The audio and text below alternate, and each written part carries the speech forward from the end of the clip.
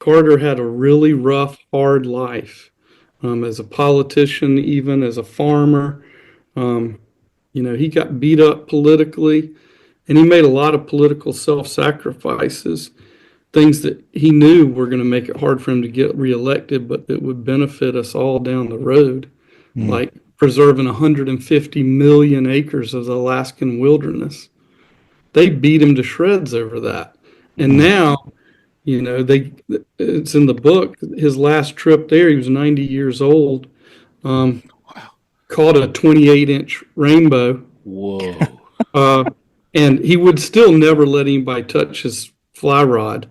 It's not like he worked that at 90 and was out there standing in the water fighting, what is considered to be the holy grail of trout fishing, just under 30 inches being that hole in one at the Masters kind of thing.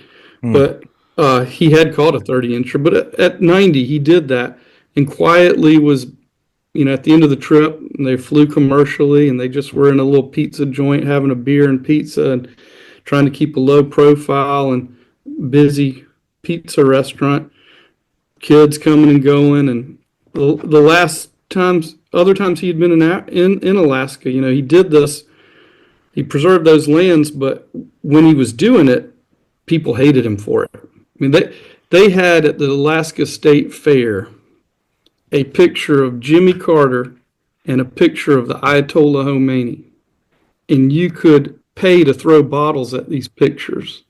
And the pile of glass was more than twice as big under Jimmy Carter's than it was Khomeini's. Golly.